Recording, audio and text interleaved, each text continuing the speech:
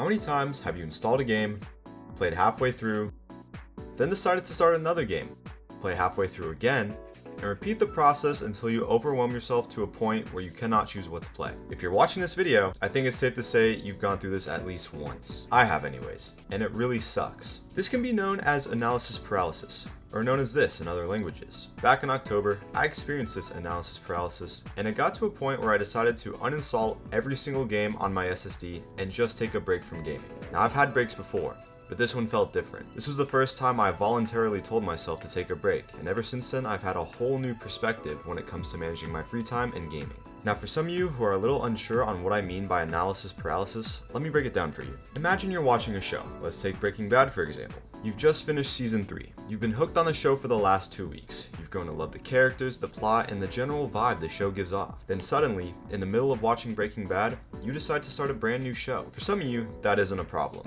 You've enjoyed the first 3 seasons of Breaking Bad, and you'll know you'll come back soon to finish it, but you're ready for something new. If that's you, then congratulations, you're normal. But for me, and a few of you watching right now, that's a big problem. How could I possibly start a new show when I haven't even finished the one I'm watching now? This isn't just about shows. This can go for any activity. Work, homework, chores, it doesn't matter. This can be known as the Zeigarnik effect, or analysis paralysis. The Zeigarnik effect is a psychological phenomenon where unfinished tasks or interruptions create a sort of mental tension. For the purpose of this video, this will be revolving around video games. But I like Breaking Bad, so I thought it was a good example. Now, why does this happen? It depends on how our brain processes and prioritizes information. In my experience, I have recently attained a desire for completion when it comes to video games. If I start a brand new game, I'd feel a lot better playing it if I finished the game I was playing before. And there are a lot of reasons for that. First reason is the mental closure I can get from finishing one task before moving on to another. Our brains are wired to focus on unresolved tasks. When we start something, our mind creates a mental bookmark to keep track of it. And depending on the importance of the task, our brain will give priority to it. The longer it goes unfinished, the more intrusive it is. So, back in October, when I decided to give Dark Souls 3 a shot for the first time after just buying God of War Ragnarok 2 weeks prior, a mental tension was set in my mind because I had yet to finish Ragnarok, but still wanted to start a new game. Now, I know myself, and know it was stupid to start a large game like Dark Souls 3 while in the midst of Ragnarok, but there are a few reasons I did that. The first reason is that I honestly have an addiction when it comes to video games. A day doesn't go by that I'm not playing one, and it got to a point where my day wouldn't feel complete unless I played something. Another reason was that I honestly wasn't enjoying Ragnarok early on, but still wanted to play. I still needed that dopamine I get from gaming. Let's chat a little about addiction, because it plays a role in the importance of taking a break. How many of you have lost sleep because you want to complete one more quest, or because you can't end on a loss? How many of you have skipped something important like studying so you could get on earlier and have more time to play? I think it's inevitable to have not done at least one of these. The amount of times I've skipped studying or even doing a whole assignment because I'd rather be playing the new Fortnite season is more times than I'm willing to admit. It gave me dopamine, and dopamine makes everything better. That's why we play video games in the first place, to enjoy them. And sometimes we enjoy that feeling of dopamine a little too much, and we continue to want more of it. And the more we feed into that dopamine, the more dopamine we are going to need to feel something. It's like we're building up a tolerance. You're going to start playing more games, playing longer, going to sleep later, and before you know it, 2 weeks have passed, you've called in sick multiple times for work, or you're missing multiple assignments for school, your dopamine receptors are fried, and you wonder where it all went wrong. That's addiction. Now, that's a pretty extreme example, but that is what addiction to video games can look like. I'm proud to say I've never been anywhere near that kind of addiction, but I was still addicted.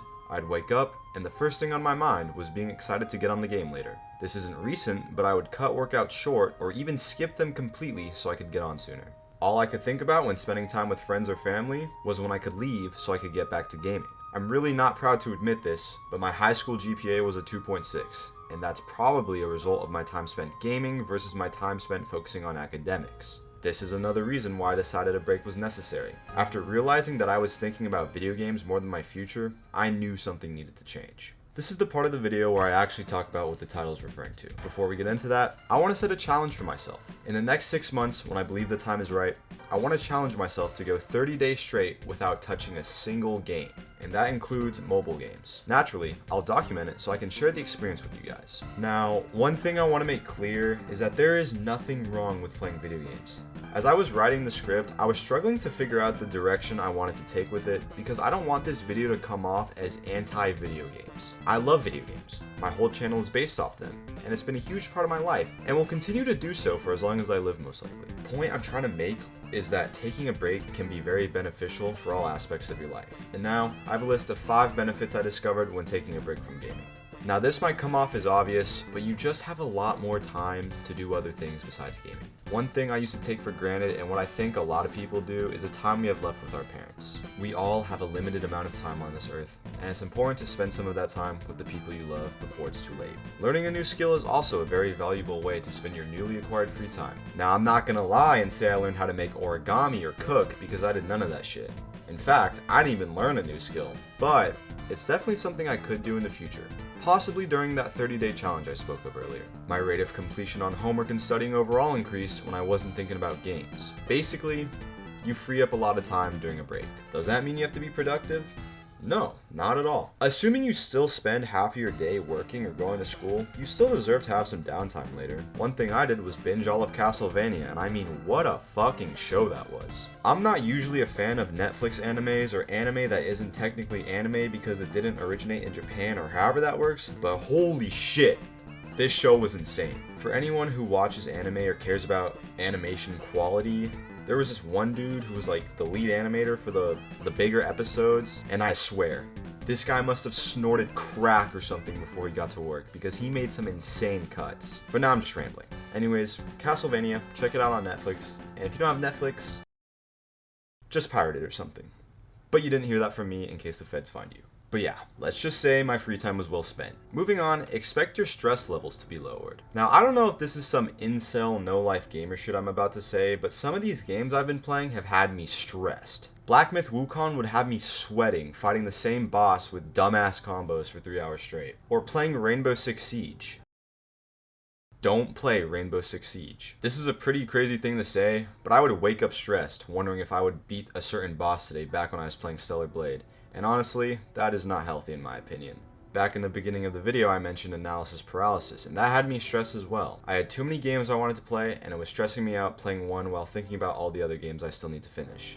Gaming initially was supposed to be a way to take a break from the real world, you know? Maybe you had a rough day at work and want to blow off some steam playing a little Minecraft or something. But today, it seems to be the opposite. Gaming shouldn't be stressful. Now obviously, if you say that to someone with 500 hours in Elden Ring, they'll laugh in your face. But what I mean is, you shouldn't feel stressed thinking about video games or while you're playing them. It's a form of relaxation to most people, and if you're at a point where the simple thought of figuring out what game to play and when is stressing you out, it might be time to take a break. Since we're on the topic of stress, let's talk about the physical stress your body endures. First of all, sitting in a chair all day isn't healthy. How many of you go to work and sit down for 8 hours just to sit in your car on the way home, just to sit down while you eat, and then sit down while you play games? I'm no scientist, but I don't think we were designed to fucking sit all day. You may not notice it now, but down the road, you're gonna have poor posture, higher risk of chronic diseases, metabolic health decline, reduced blood circulation, and weakened bone health. That's only 5 things. I had ChatGPT list 100 negative effects from sitting too long. Basically, we're all fucked. And for anyone wondering, no, ChatGPT did not write this essay for me. I just needed help getting some negative effects. So the point I'm trying to make here is that we should all start exercising more. Now everyone's day varies. I personally have enough time to go to school, do homework, go to the gym, and I still have time to play games. But for those of you who don't have enough time, you know, taking a break from gaming can open up a large window of time to get some exercise in. Now, I sit a lot. I sit in school, I sit in my car, I sit when I game. I'm sitting right now while recording this. Now, it doesn't look like it, but I'm in the gym at least 5 times a week. I make sure I lift some weights and walk enough so that down the road, I have a lessened chance of dying to any of the things my AI mentioned. And go on a hike once in a while. It changes your life. Trust me. Alright. Enough about the physical and mental stress video games give you that ultimately shorten your life. Let's talk about dopamine. Now, what is dopamine? You ever hit a nasty sniper shot and feel hella good after? That's dopamine. It's a neurotransmitter in the brain that plays a key role in reward, motivation, pleasure, and regulating movement. Earlier when I was talking about addiction, I mentioned the dopamine I got from gaming. The more and more time I spent gaming, the more dopamine I needed. It's almost as if I built up a tolerance to it.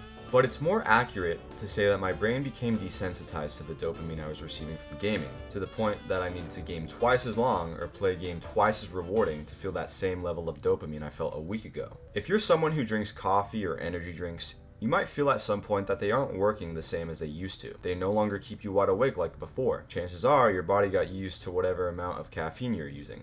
Now, you can either increase the amount of caffeine you're taking, which can be risky depending on the amount, or do the healthy alternative and take a tolerance break. My point is, you can get used to gaming so much that it no longer feels rewarding. Gaming after a long day of work can be really rewarding, but if you game every day, maybe spend more time gaming than doing something productive, while it might feel fun at first, after a while, your brain's going to get used to it and become less stimulated. A dopamine detox can fix that. Allow your brain a rest from all this overstimulation it gets from not just gaming, but social media as well. How many of you have played a game for 3 hours, get off, then scroll TikTok until 2 a.m.? I have, and it fried me. If you've made it this far into the video, consider yourself lucky, because in this day and age, a lot of us do not have the attention spans for a full-length video. Dopamine levels also influence our mood. Now this is something I'm ashamed to admit, but it's how I've really let video games influence my mood. It's one thing to get mad at a game, but it's another to take it out on the people you love. Now, I'm not going into my brother's room and beating the shit out of him because I lost 12 to 13 on Dust 2, but just like subtle disrespect towards my parents or passive-aggressive remarks all because of a game. It's not their fault I can't clutch. Now, this isn't a huge problem anymore. If anything, it's not a problem at all. I have been more aware of my emotions and how to regulate them, but it's something that's happened in the past and it's just not fair to them. If you're someone who gets mad at a game easily, or has a hard time controlling their emotions, taking a break to cool off would be very beneficial. The final benefit I want to talk about is something I've briefly mentioned, and it's probably the most obvious benefit, which is that taking a break can make games enjoyable again. It's possible to get so invested into a game that you play it non-stop until you physically and mentally cannot anymore. Most of the time, you can just sleep off that mental fatigue and pick up where you left off the next day. But repeat that process over and over again, and someday you're gonna fully burn out. Dopamine receptors fried, back pain, you name it. Finally committing to a break, even if it only lasts a week, will help you reset. Time away makes the heart grow fonder. And although that saying is usually meant for couples who don't see each other for a long time, us gamers can only relate that to video games. The one thing I learned is that there is more to life than just gaming. We spend so much time in the infinite amount of virtual worlds crafted for us to explore that we tend to forget about the real world we live in. I'm not gonna dox myself, but I live in a very beautiful state, which is something I recently discovered because I'm holed up in my room most of the time. I've really grown to appreciate the outdoors, whether I'm camping or simply going on a walk in my neighborhood. I know this varies for everyone, but life truly is beautiful. But not as beautiful as these modded Skyrim graphics. And that's all I have to say. The reason I made this video was because I was genuinely struggling to enjoy gaming recently, and it just felt like something I needed to talk about. I want to reiterate that this is not an anti-gaming video. I love video games and plan to play them for as long as I live. There just needs to be a balance, you know? As stated earlier, I want to challenge myself to go 30 days without touching a single game and see how it goes. I don't expect to start this challenge until March because I think it would be a good time to start it during my next semester of school, and I think you can all figure out why. Starting it now when I'm on break doesn't really make any sense. If any of you guys watching have struggled with anything mentioned in this video, whether it's analysis paralysis, addiction to gaming, or simply burning out, I hope this video helps you. But that's all from me for now. Thanks for watching, and I'll see you guys next time.